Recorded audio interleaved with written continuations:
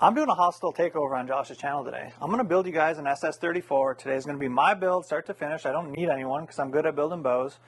But just in case I do, tell them about what's actually going on, Josh. So I'm going to be building several bows just like I was planning on doing last year.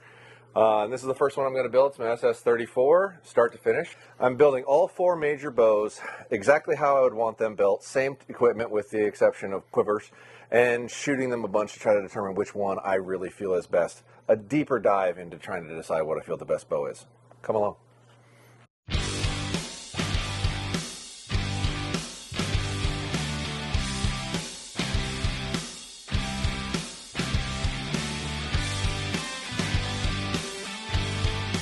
And what are we going to use this bow for? Killing stuff. So this is going to be a hunting bow. It's a hunting bow. This ain't a tack bow. This is No, but you could do that with this. This is a 34 axle to axle bow. Could totally get it done. Okay. So first things first, we need to get our string loop figured out.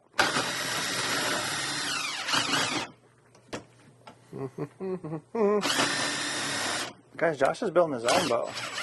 Yes. Well, one of several, but we'll see. Where's my square? That's kind of weird.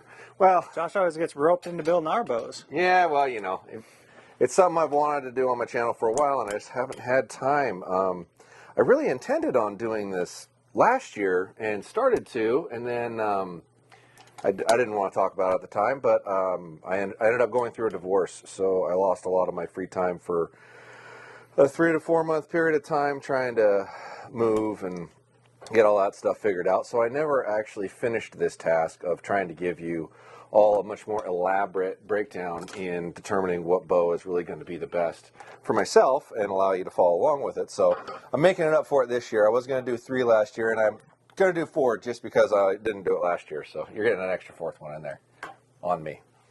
Sorry, I didn't have time last year. I tried. And how you doing on the back side of that? Phenomenal.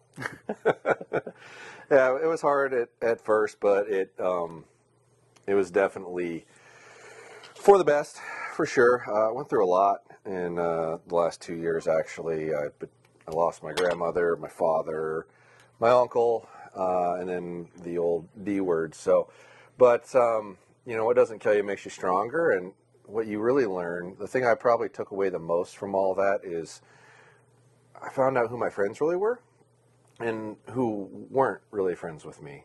And it was very telling and made me realize where I need to put my energy and where I was probably wasting my time putting my energy. So those of you that know, and those of you that don't. So, but it definitely re-energized me in a lot of different ways, and I've had some really great times and experiences since then. I've been able to go hunting way more, which I don't want to put out there in the world because I want to leave something for myself. I've turned my hobby into my job my whole life. I got to keep the hunting aspect of it just for me.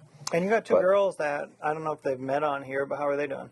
They're doing really great. My oldest daughter, Taylor, is just went to work for the prison as a psychologist. She's 23, and she'll graduate here shortly, another couple months, with 2 masters from Eastern. She's already got a degree in psych, and she's got a really good job at the prison out in Airway. So, yeah, she's doing really good. Or it's Airway or Cheney or something. I don't know. I apologize. I don't know where the prisons are. I never had to go. But yeah, she's doing really good. And then my younger daughter has really blossomed a lot. Our time together is better. Honestly, we spend more quality time together, and instead of just always being there. So I think that could be a reflection on both of us. But yeah, they're doing really good. She's also in a program called Running Start. So she's 17, and she's almost done with her first year of college. So, I mean, really good stuff. And she's thinking about golfing. How cool is that? Yeah, she's showing some interest in golf, so I finally get to make you do something to help me for a change. Yeah, she's liking some golf thus far. Yeah, guys, my 9 to 5, I have a business that I'm a golf instructor. Tim's like not just a golf instructor. He's like a legit golfer. Like I don't just certified papers, the whole bit. You know, he's a real deal. I don't just make YouTube videos, although I love making YouTube videos. I have a career and a job, and I'm an entrepreneur at heart, and I love it. So I help people play better golf all week long. So that's my day job, and this is kind of a fun side deal. Yeah, he's got a pretty legit setup. I remember that first time I went down to your place. I was like, oh man, this is like a real deal. All kinds of fancy equipment and analyzing and whatnot. He'll tear you apart like I tear them apart. Yeah. Keeps telling me I need to try golf. And I'm like, I don't know if I want to put the shoe on the other foot and see how it feels to be demoralized. Yes. Maybe. I think as adults, we should always suck at something. Yeah. Well, there's an awful lot of adults out there that suck at golf. Yeah, there's no shortage of market, so it's a decent see business. Charles Barkley. Yeah. So we're getting looped on. Get a loop on.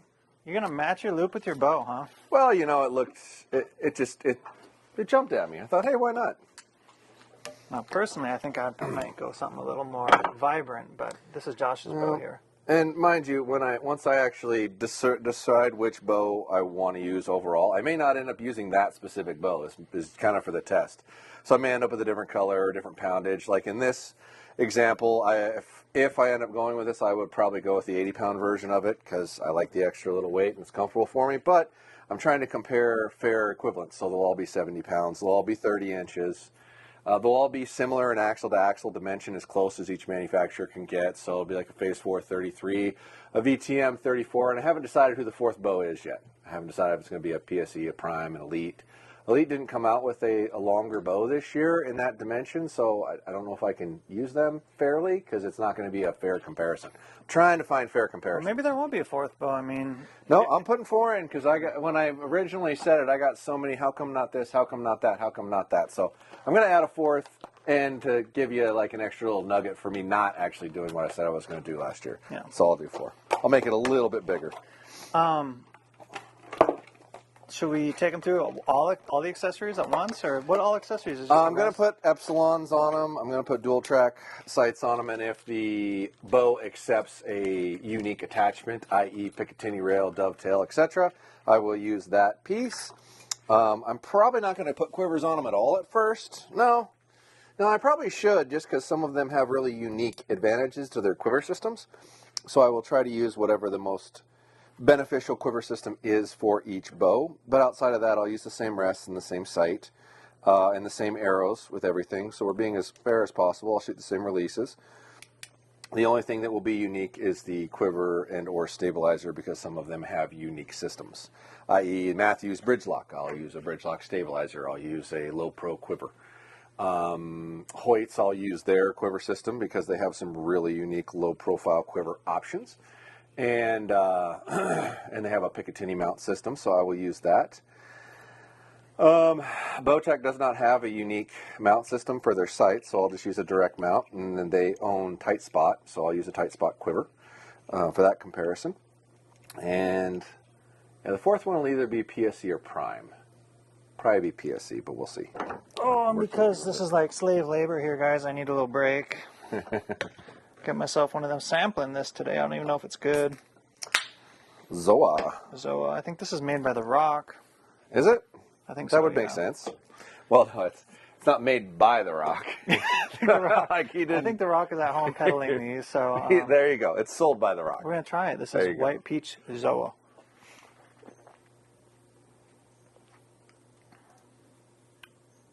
Hey, I think it's pretty good. If there's one thing I'm into, it's energy drinks.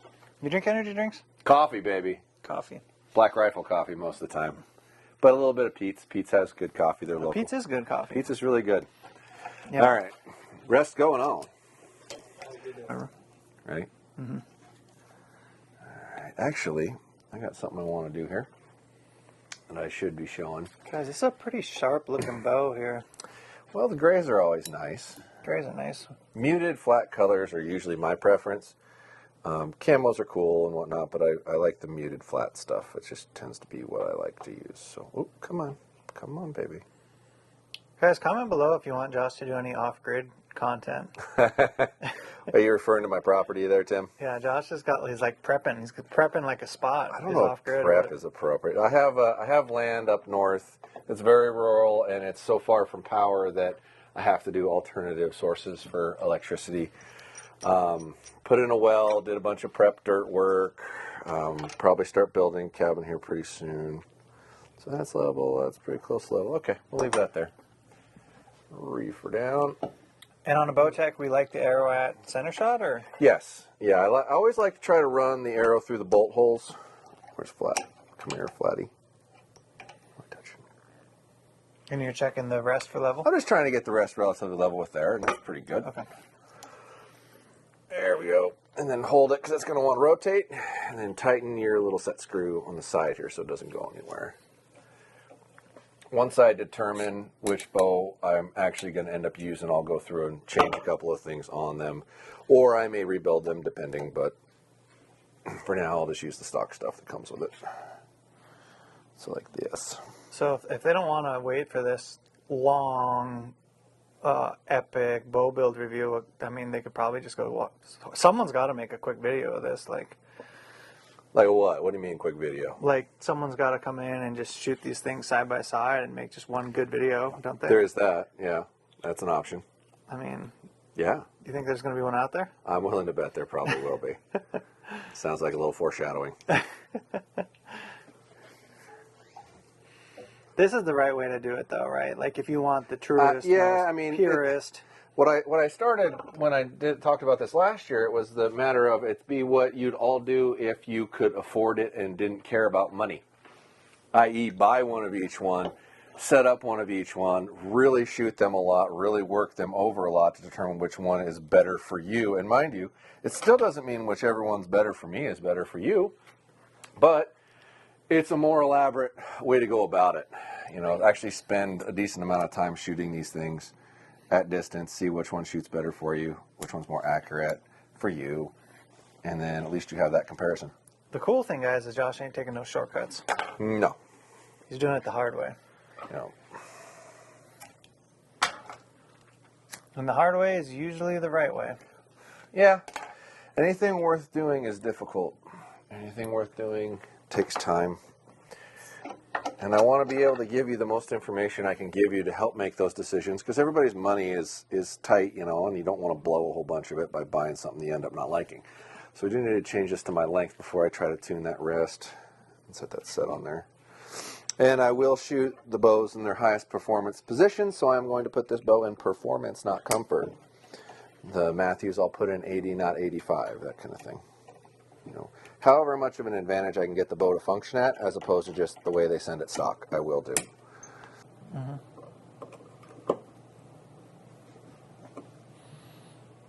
All right, she's at 30 inches and in performance. Let's mount our rest on, get it level, and then we'll pull it back, check the timing and the wheeling and third axis all in one fell swoop. Mount your rest and get a level? Huh? You said mount your rest and get a level. No, the sight. Did I say rest? Yeah, you said Sorry, no, put the sight on and get it level with the string, and then pull it back in the drawboard, and we'll check our timing, our wheel lean, and the level of sight at the same time. You know, efficiency. Put our direct mount dual track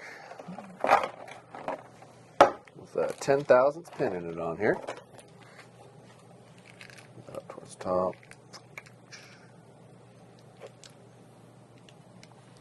And nice little bright tiny pins.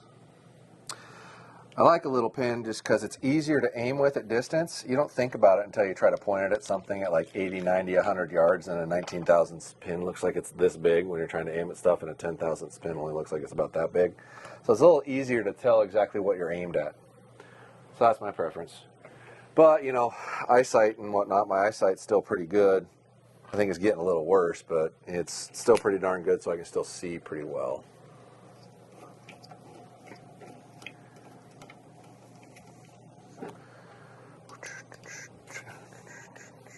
Come on, get in there. There you go.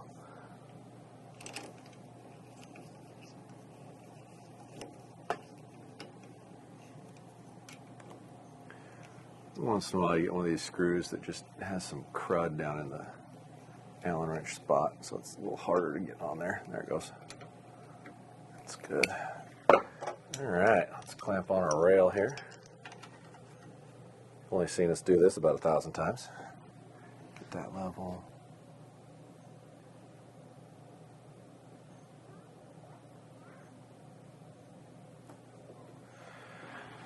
All right, and that rail is way off. So loosen bottom screw. Go to our drive screw over here. So these micro third axes, you just twist this screw right here and it pulls the rail different. And it makes it real easy to level up that. Like it's now just beautimous. Can I see you sneak in there? Keep A going. little more. There you go. There you go. Nice and pretty. Lock her back down, and then once you've got that level, check your other screw, make sure it's tight. Then you make the level in here match the level there, and you're good. Unfortunately, I gotta pop that off there to get at it at first. And once I get them loose, you can move it pretty easy.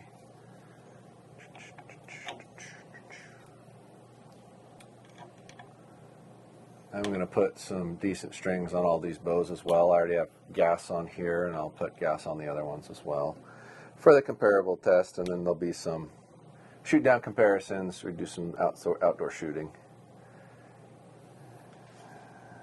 and that'll all be in the series. But the first step is building 4 bows.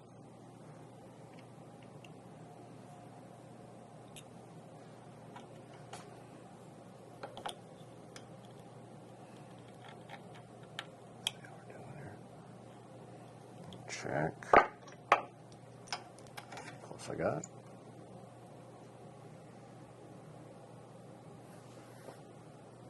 Boy, those look perfect. See them? Yeah, money. Beauty. All right, I'll take it over to my homemade drawboard contraption here. I would check a couple things. We're doing unique stabs? I forget. For what now? Stabilizers? I'm going to use my stabilizers because I make stabilizers. Oh, you do? Yeah, I do. Are they fast? Are stabilizers supposed to be fast? Mine are. Well, yeah, I guess they're reasonable. Reasonable speed. Yeah. All right, so let's separate this a little bit. Pull that down. Grab me that.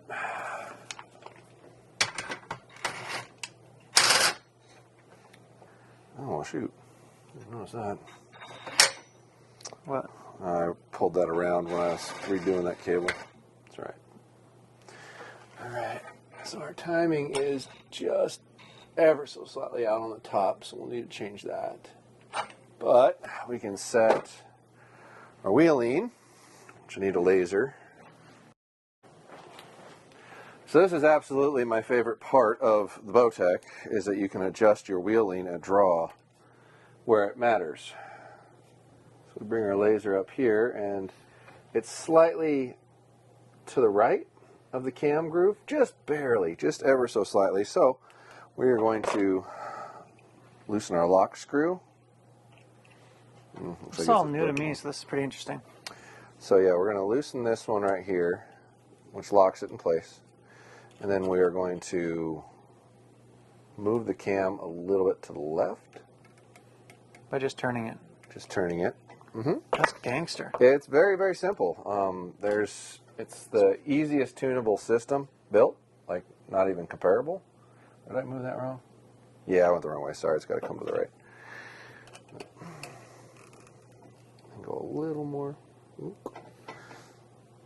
Come on, get out of there. There you go. And voila, we are on the edge of that. So that's perfectly straight, and then we'll check this one. Come back and do the same thing. See where we're pointed at. Where do we want to be hitting? We want to hit the cam. So Okay. we're on the right side of the cam, and we want to hit the right side of the cam, and we're a ways off of the cam. That's a ways, an inch? That's a ways, yeah. So, but it is literally, and they weren't the same amount, but they were set the same distance at the factory, which is why this is really neat. When you look at your, like your shim systems, they'll almost always be set the same. And that doesn't necessarily mean the wheels are leaning the same. So this gives you a lot more versatility in setting it exactly at draw, which is the only place it matters. A little more.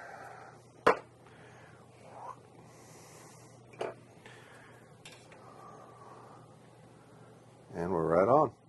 See that little dot right there? Yeah, right on the limb. Right on the edge where you want it, right there. Yep. So these are now perfectly pointed at each other. So come out of the adjustment screw and lock the lock screw back in. Is that the same size? Yep. Don't have to reef on it, just snug it up, and all it does is hold against that. So when you look at that, there's a pretty significant difference between this one and that one. Right? There's more gap here than there. That's because they're not all the same. So that gives you the ability to do it easily. Now I'm going to put one twist in that cable, and then we should be good there. And since I've got this here, trying to do multiple things at once, I'm going to go ahead and check my third axis on this as well. And this simulates pointing your bow downhill. It allows you to take your Gen 2, clamp it on the flat spot on the riser, which is traditionally right here. Just make sure you're on something flat. If it's rounded or contoured and not even, you're not going to get it squarely level. And then if you rotate your bow to where that bubble's level, that should match it. And right now, it's a little off. So we're going to go to our third axis adjustment. So it's a little bit bubble left pointed downhill. Mm-hmm. And that would be bubble right pointed uphill if you did the same thing. And that arrow would then miss left? Let me think. What's going to make you pitch, so if that bubble's left, you're going to pull it that way, so that would make you miss left. Yes. And I'm going to make a nice little simple breakdown video of I'm hitting this way, which way do I move it here. That'll be on my channel here pretty soon. One of my little how-tos of the many how-tos I want to do. All right. Oh, baby. So you got to hold that and See it. twist See that. it happening. Almost too far there. Come on. Looking kind of nice. Right? It's a beauty, Clark. I'll take that. She a beaut, Clark. So now I've got our third axis set. We got our wheels leaned perfectly. I need to put one twist in that cable, and then we can run it through paper. So bring that back down. Don't mind the crudeness of my prototype. Use the word prototype for a reason, right? Yeah. Exactly. Good. And one twist. One twist on the Lower bottom cam. bottom cable, yeah. Bottom connection cam cable. Give it a tug. Make sure it still feels like it's seated. Let her back out. So this is now ready to send an arrow through paper. Wow. On an arrow I haven't built yet. But I'll grab one of my ones from last year. And we'll set a peep in it after that. Alright. What are the odds we get a bullet hole here? I would think medium. Medium? Medium possibility here.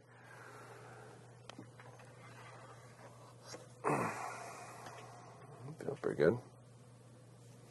Looks pretty good. Well, that's pretty good. We like that? I can't see here. Doesn't look much. That's a little lit up. It's a little bit point high. So The rear end of the arrow. The nock's below the point when it's leaving the bow. Okay. So it's going like this. Yeah. Does that mean we're moving the rest? Well, I think there's a little bit of gap in here, and I'm not using a lighted nock on that arrow, and I need to, so that might change it and might raise it just a little bit. But in that scenario, what you would typically do, assuming the timing's right, which I didn't check it, I just put one twist in it. If the timing's right, that would be a move your arrow rest down or move your loop up. For the girls you go with or whatever. I haven't even built the arrows that I'm going to use for these. I just grabbed this, and that's close enough for me to leave it where it is. I mean, that's almost perfect. Like, it's like that much high, so I don't even think I'm going to mess with it. I'm going to get those arrows built first and go with it from where it is. So this thing's ready to compare other than throwing a stab on it and a quiver on it. I should probably go grab a quiver. Tight spot 5-arrow quiver, matching color. Here we go.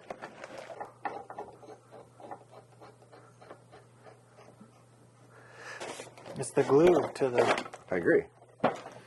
It's the butter to the cake, man. Which is where my hope of being able to do this without a cameraman goes out the window. You need that. Well, you can do it without. It's just time consuming. Yeah, and I've got so much of that. Dude, it's like 80 hours a week. I mean, where am I going to grab that extra time from? Vertical with my phone on something? Sure. For the test, at least. Little podium offset bar with a sling. Podium 15-inch stabilizer. Seem to fondle that quite nicely. Well, you know. Yeah, it's mine. She's ready to go. Damn, son. Not too bad. Damn, son. So I'm hoping to put these out about a week apart. Hopefully that works out, guys. Sorry if it doesn't, but I'm going to try really hard to get these out about a week apart so you can start having some real comparisons. And then once I get all of them built, I'll have a couple of videos of comparing them and trying to decide which one I really feel is better and give you some shots and shots of it. Head on over to podiumarcher.com for all those archery needs. You can buy this, these, but not that, at least not yet. Make sure to subscribe. No giveaways on this, but we've got like 8 or 9 bow video giveaways, a couple sight video giveaways, arrow saw video giveaway, just all kinds of free stuff. Got to watch the videos, got to comment down below, and check out the Instagram as well. And I announce winners on Instagram. If you get communication through YouTube about I won something, you didn't, I'll never talk you through there as the winners. Always over on Instagram, so you might as well look over there. Thanks for checking me out. And make sure to follow my boy Tim, who's gone all independent, all out on his lonesome. He's going to be a big deal. He's coming up on his new YouTube channel. I'm going to try to help him out a little bit and see how that goes. So subscribe to him. There'll be a link down in the description below for Tim's YouTube channel. Check it out.